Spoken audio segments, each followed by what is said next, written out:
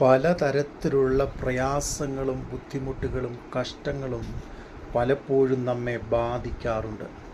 എന്നാൽ അപ്രകാരം ജീവിതത്തിൽ ഉയർന്നു വരുന്ന പ്രതിസന്ധികളെ, പ്രയാസങ്ങളെ ജയിക്കുവാൻ നമുക്ക് സ്വതസിദ്ധമായ നമ്മുടെ കഴിവുകൾ കൊണ്ട് പലപ്പോഴും കഴിഞ്ഞു എന്ന് വരികയില്ല.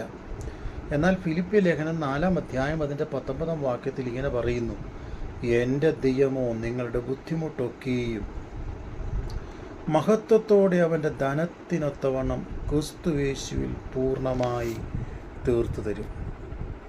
അതെ, നമ്മളുടെ ബുദ്ധിമുട്ടുകളെ പൂർണ്ണമായി ക്രിസ്തുയേശുവിൽ തീർത്തു തരുന്ന ഒരു സർവശക്തനാകുന്ന ദൈവം നമുക്ക് വേണ്ടി ജീവിക്കുന്നു.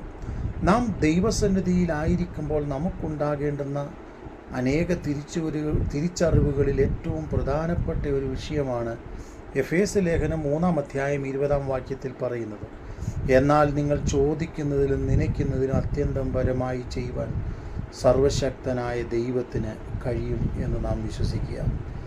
അതെ, ദൈവവചനത്തിൽ നാം വിശ്വസിക്കുക, ദൈവത്തിൽ വിശ്വസിക്കുക. എന്താണ് നാം വിശ്വസിക്കേണ്ടുന്നത്? ചോദിക്കുന്നതിനേക്കാൾ നനയ്ക്കുന്നതിനേക്കാൾ അത്യന്തം പരമായി ദൈവം തൻ്റെ നന്മ കൊണ്ട് നമ്മെ നിറയ്ക്കും. അതുമാത്രമല്ല, രണ്ടാമത്തെ കാര്യം നാം ചിന്തിക്കേണ്ടുന്നത്, നാം ദൈവസന്നിധിയിൽ ദൈവനാമത്തിൽ കൊടുക്കുന്നവരായിത്തീരുക. അമർത്തി കുലുക്കി കവിയുന്ന ഒരു നല്ല ഒരളവ് നിങ്ങൾ ദൈവസന്നിധിയിൽ കൊടുക്കുക.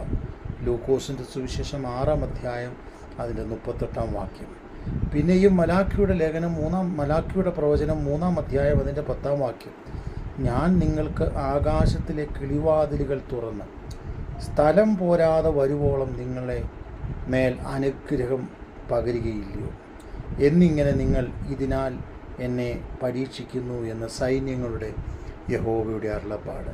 അതെ, ദൈവസന്നിധിയിൽ നാം ചെയ്യേണ്ടുന്ന കാര്യങ്ങൾ വിശ്വസ്തയോടെ കൊടുക്കുന്നതാണെങ്കിൽ, അത് പ്രാർത്ഥനാ ജീവിതമാണെങ്കിൽ, അത് വിശ്വാസ ജീവിതമാണെങ്കിൽ, അത് സമർപ്പണമാണെങ്കിൽ, അത് വിശുദ്ധിയും അനുഗ്രഹവും ദൈവകൃപയാണെങ്കിൽ, അത് എല്ലാം ചെയ്യേണ്ടുന്നത് പോലെ നാം ചെയ്താൽ, അതെ, ചോദിക്കുന്നതൊക്കെയും ദൈവം നമുക്ക് നൽകിത്തരും. ഞാനിങ്ങനെ പറയട്ടെ: ബുദ്ധിമുട്ടൊക്കെയും പൂർണ്ണമായി ക്രിസ്തുവിൽ തൻ്റെ ധനത്തിനൊത്തവണ്ണം ദൈവം തീർത്തു തരും.